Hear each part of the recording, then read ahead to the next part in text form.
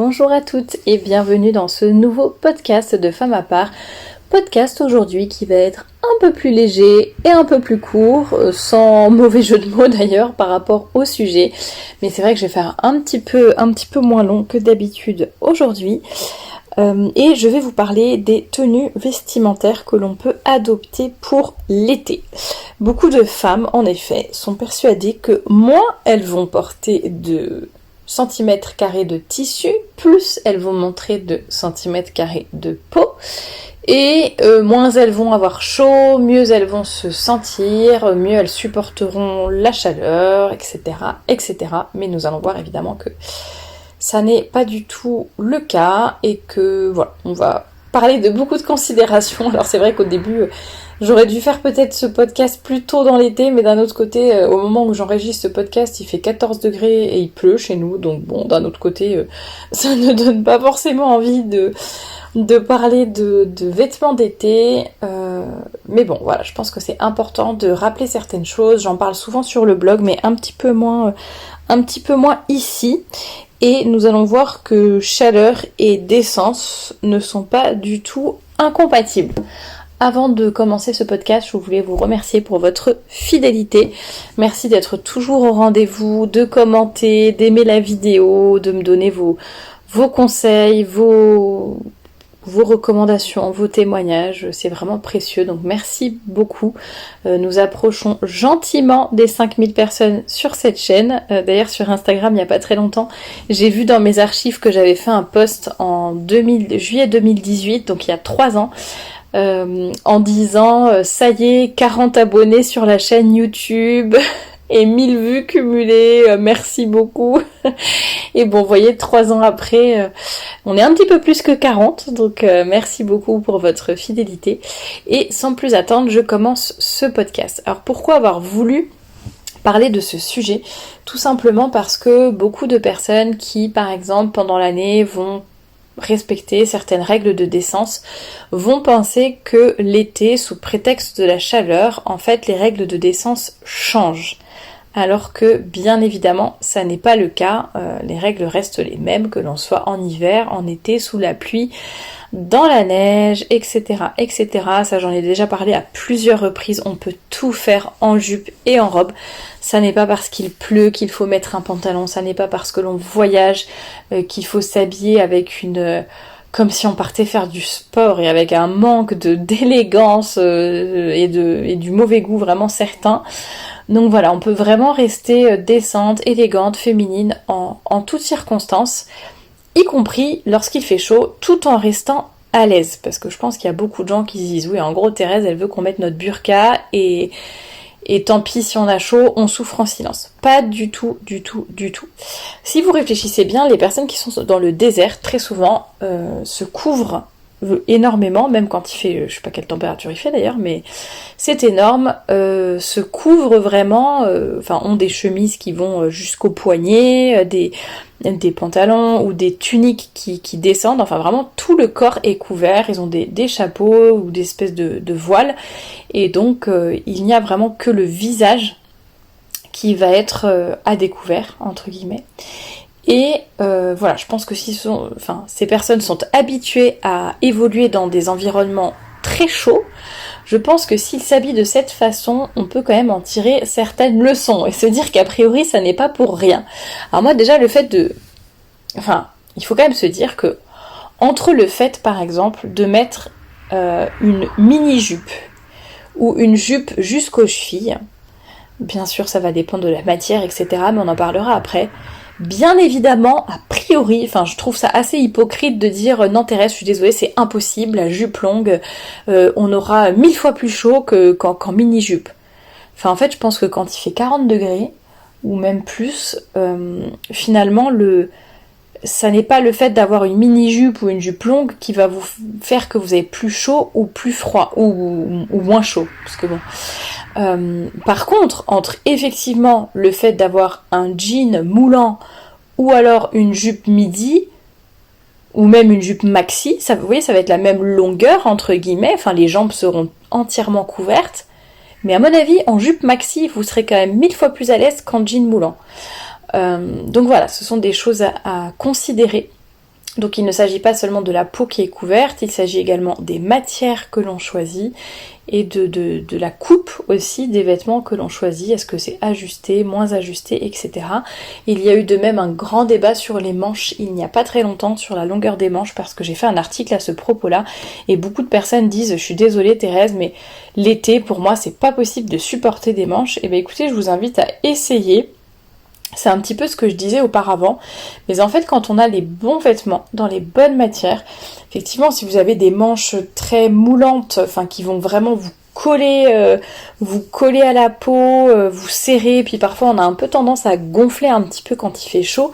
Effectivement, si vous avez des vêtements ultra ajustés, des manches qui sont chaudes, enfin si c'est des tissus qui sont plutôt chauds, en couleur foncée par exemple, et voilà, ben, c'est sûr que ça va vous tenir plus chaud que si vous étiez avec une robe sans manches par exemple.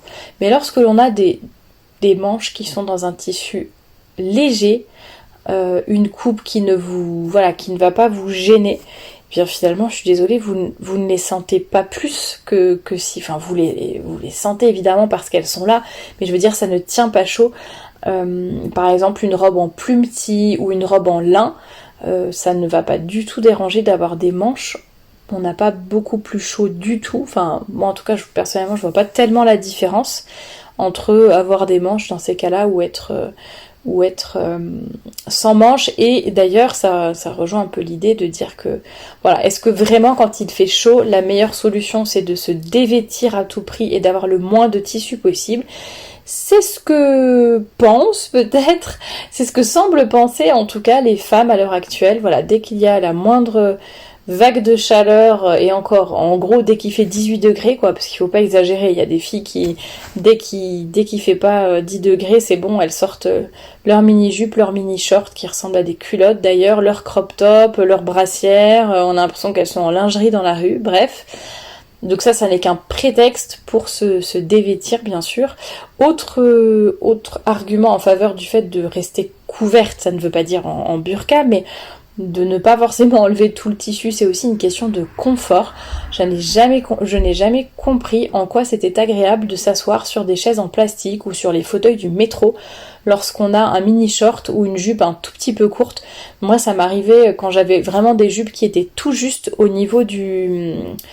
très très juste au niveau du genou, donc pas mini jupe, hein, mais rien que le fait qu'elle s'arrête au genou, selon la forme de la jupe, quand on s'assoit à certains endroits, parfois en fait il y a la peau qui colle, enfin derrière des cuisses là, qui colle sur le fauteuil dans lequel on est. Pour une question d'hygiène ou même pour juste une question de confort, c'est vraiment super désagréable d'être comme ça avec des... Enfin, de coller les chaises comme ça tout simplement. Donc voilà, ça c'était pour un peu camper le décor par rapport au fait de il fait chaud donc je porte le moins de tissu possible. Et évidemment se protéger des coups de soleil également, ça rejoint aussi les personnes dans le désert, c'est aussi protéger sa peau et éviter de cramer, c'est super désagréable d'être... j'allais dire à la merci du soleil comme ça. D'ailleurs essayez si vous avez un coup de soleil ou si vous avez pris un coup de chaud, vous serez beaucoup plus à l'aise en remettant par exemple un t-shirt manche longue ou je sais pas si ça vous est déjà arrivé, mais voilà, de remettre quelque chose de long dessus et de couvrant, ça va vraiment vous protéger et être 1000 fois plus agréable qu'avoir le soleil qui vous tape dessus, tout simplement. Alors, première astuce pour vraiment rester élégante, décente, féminine quand il fait chaud, déjà franchement les jupes c'est hyper agréable, donc évidemment portez des jupes, portez des robes, choisissez des coupes et des coupes qui ne vous serrent pas. Déjà en hiver ça n'est pas très agréable, mais en été encore moins. C'est vrai que quand il fait chaud on n'a pas envie d'être serré à la taille, serré au niveau des manches ou serré quel que soit l'endroit. On a vraiment besoin d'être très à l'aise, surtout comme je le disais, parfois on peut un peu gonfler. Donc évidemment c'est beaucoup plus agréable d'être à l'aise. D'ailleurs pour les chaussures par exemple, vous pouvez mettre des chaussures ouvertes, alors pas des tongs, mais voilà, juste des sandales. Il y a beaucoup de jolies sandales à talons ou sans talons, espadrilles ou en cuir, qui vont vous permettre de vous sentir à l'aise tout en étant vraiment jolies. Au niveau si les jupes et les robes vous gênent, notamment à cause du frottement qu'il peut y avoir entre vos cuisses, Vous pouvez tout simplement mettre un shorty ou un petit legging en coton qui ne se verra pas, qui ne vous tiendra pas très chaud et qui permettra d'éviter ce frottement justement entre les cuisses qui peut être assez désagréable pour certaines personnes. Je sais que ça dépend des morphologies, ça dépend de beaucoup de choses, mais si ça vous arrive, voilà, il y a des solutions et ça ne doit pas vous empêcher de vous mettre en jupe et en robe l'été. Vous pouvez également choisir des matières qui respirent et des matières naturelles qui vont limiter la transpiration. Si vous choisissez des choses en polyester, vous allez beaucoup transpirer, ça va même créer une mauvaise odeur, ça va être désagréable pour vous, que ce soit au niveau de l'odeur, de la sensation, des auréoles, etc. Vous allez vous sentir gêné. Privilégiez vraiment le coton, du coton assez fin, du lin par exemple. L'été c'est vraiment super agréable de porter du lin. Bon, bien sûr il y en a qui se froissent plus vite que d'autres, mais je pense que l'on peut vous excuser si vous avez une robe un petit peu froissée, si l'on voit qu'elle est en lin.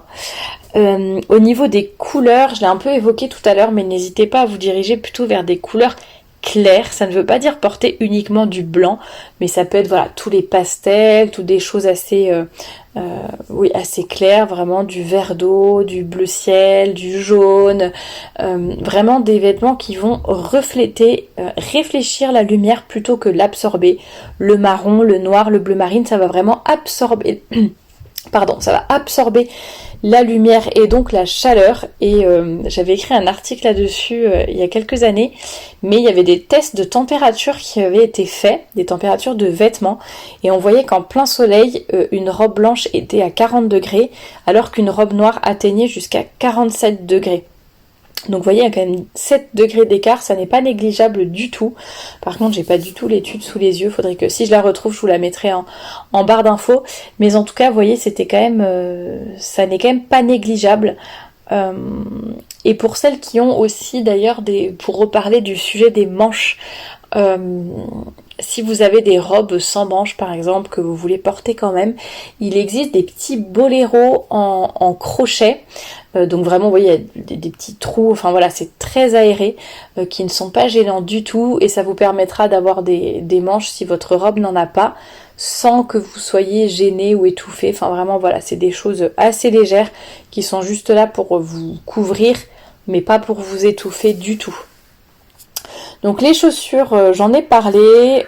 2 accessoires aussi qui peuvent être très féminins, c'est le chapeau et pourquoi pas l'éventail. C'est vrai qu'on a tendance parfois à prendre le livre qu'on a sous la main ou la feuille de papier qu'on a récupérée je ne sais où, mais ça peut être vraiment super féminin dans les transports en commun ou à un mariage, d'avoir un petit éventail. Voilà, si vraiment on a chaud, c'est le petit accessoire qui peut nous aider à respirer un petit peu mieux tout en étant vraiment ultra féminine et élégante. C'est vraiment super élégant d'avoir un éventail, je trouve. Et le chapeau c'est pareil, voilà, si vous supportez mal la chaleur, un chapeau de paille par exemple peut vous aider à vous sentir mieux, à protéger votre tête, à vous ombrager aussi d'une certaine façon, et ça vous donnera vraiment beaucoup d'allure tout de suite. Alors après il y a différentes sortes de chapeaux pour le quotidien ou des choses un peu plus chic, mais en tout cas vraiment vous allez vraiment vous sentir élégante, j'allais dire, en un clin d'œil, quoi. Et en même temps, vous vous protégerez du soleil, donc c'est top. Et puis voilà, ça c'est un petit peu ce que je voulais vous dire pour la tenue de façon générale. Ce que je fais aussi souvent en été, ce que vous pouvez faire, c'est d'accessoiriser, de porter des accessoires qui sont accordés à votre tenue. Je sais par exemple que moi en été je supporte assez mal, j'ai les cheveux assez longs et je supporte pas forcément bien de les avoir qui soient lâchés en fait. Donc une astuce aussi pour avoir moins chaud mais tout en restant vraiment mignonne et élégante, c'est de vous faire de jolis chignons. Donc n'hésitez pas à regarder sur le blog, j'avais partagé déjà pas mal d'idées de coiffure ultra simples mais vraiment qui changent un petit peu du quotidien, qui vont vous aider par exemple à avoir les cheveux attachés mais d'une façon jolie. Vous supporterez peut-être mieux la chaleur quand vous aurez les cheveux attachés, mais en même temps voilà, ça sera pas le chignon bun fait au-dessus de la tête, à l'arrache, avec les cheveux qui dépassent de partout, le faux négligé. Enfin voilà, ça peut marcher quand on le fait pour aller sous la douche ou dans certaines circonstances, mais en tout cas ce que je veux dire c'est que voilà, si vous voulez rester vraiment propre, soigné et avec tout en n'ayant pas trop chaud à cause de vos cheveux, et bien tout simplement sachez que vous pouvez faire ces jolies coiffures. Et je parlais d'accessoires et justement ça a été pour vous dire, par exemple le fait d'avoir un bandeau ou un chouchou ou des barrettes, ce genre de petites choses qui peuvent être aussi accordées à votre robe, ça peut vous permettre aussi d'avoir le petit côté vraiment très féminin, très élégant, et en même temps vous voyez vos cheveux ne vous gêneront pas, donc ça peut être vraiment une bonne idée. Voilà pour tout ce que je pouvais vous dire pour l'été. J'essaie de penser un petit peu à ce que je fais au quotidien quand j'ai chaud, mais je crois que je vous ai vraiment tout dit sur les matières, les chaussures, le fait d'attacher vos cheveux. Alors de manière générale, moi je ne me maquille pas, donc j'avoue que l'été ça ne change pas, je ne me maquille toujours pas. Pardon, mais c'est vrai que si vous avez l'habitude de peut-être beaucoup vous maquiller, essayez peut-être d'avoir quelque chose de plus léger, de laisser votre peau respirer en été. Ça vous donnera un petit peu moins cette sensation d'étouffer et d'avoir cette impression d'être... et puis même quand on se met à transpirer, si on a des tonnes de maquillage, vraiment ça n'est pas terrible.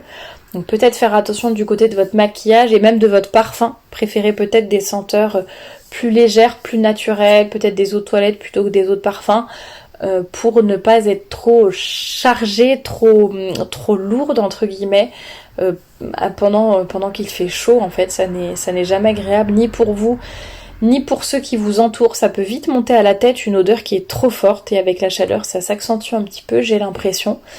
Donc voilà, n'hésitez pas en tout cas à adopter la jupe maxi. C'est vraiment mais tellement agréable quand il fait chaud, si elle est dans la bonne matière. C'est super agréable à porter.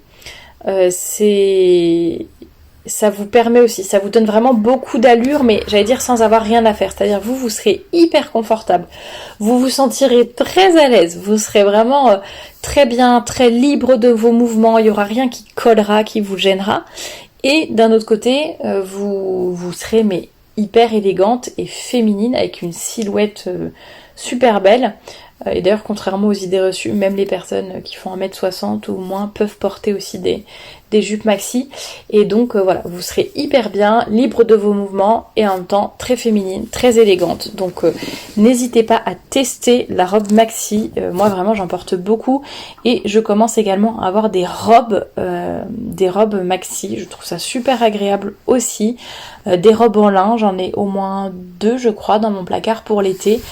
C'est super agréable, on est bien dedans et voilà, même quand il fait vraiment très chaud, je trouve qu'on est très à l'aise dedans, donc voilà. N'hésitez pas à mettre, si vous avez d'ailleurs vous d'autres, n'hésitez pas à mettre ces conseils en application et à tester quoi. Et si vous avez d'autres conseils pour les grandes chaleurs, n'hésitez pas à les ajouter en commentaire, à compléter ce que j'ai dit. Et n'oubliez pas, comme le disait le cardinal Siri, qu'il existe des valeurs supérieures, bien plus nécessaires que les commodités passagères. Donc voilà, parfois, malgré toutes les astuces que je vous ai données, il se peut que vous ayez très chaud, je ne sais pas, si vous êtes dans une voiture sans climatisation, que vous vous retrouvez dans un lieu bondé avec... où il y a beaucoup de gens et l'atmosphère est un peu étouffante. Oui, il y aura peut-être des circonstances où de toute façon, malgré toutes ces astuces, vous aurez chaud. Mais pensez aux prêtres déjà, aux prêtres, aux religieuses qui ont un certain nombre d'habits qui leur donnent bien plus chaud que ce que nous pouvons vivre nous. En plus, ils sont habillés en noir généralement, donc ça donne encore plus chaud. Sachons aussi offrir nos petites... cette chaleur et ces désagréments pour, je ne sais pas, pour la conversion des pécheurs, pour telle ou telle intention. Et puis n'oublions pas que se déshabiller n'est pas la solution, et si vraiment de toute façon vous avez beaucoup trop chaud, ça n'est pas raccourcir vos jupes ou vous mettre en débardeur ou en lingerie dehors qui va vous donner moins chaud. Donc n'oubliez pas les exigences de la foi, de la morale, de toutes vos belles valeurs, et surtout vous avez envie de rester une femme féminine, élégante, décente. Vous n'avez pas envie de vous transformer en femme de mauvaise vie simplement parce qu'il fait chaud. Donc voilà, j'espère que ce petit podcast vous aura donné de bonnes idées, vous aura aussi encouragé pour vraiment rester décente jusqu'à la fin de l'été. J'ai reçu d'ailleurs pas mal de témoignages déjà, enfin plusieurs en tout cas, de personnes qui vivent dans des pays très chauds et qui n'ont jamais eu aucun problème pour rester en jupe, en robe et décente tout au long de l'année. Voilà, donc je pense que ça doit nous encourager, et beaucoup aussi qui me disent qu'elles sont 1000 fois plus à l'aise que les étés précédents, parce que voilà, il faut dire que la descente nous donne un certain confort aussi, voilà, et on n'a plus à se soucier de sa tenue, on l'enfile, on sait qu'on est bien, qu'on se sent bien dedans, donc c'est tout ce qui compte aussi. Voilà ce que je pouvais vous dire sur ce sujet. N'hésitez pas à compléter en commentaire, à aller voir d'autres vidéos si vous voulez un peu explorer la chaîne, et je vous dis à la semaine prochaine pour un nouveau podcast.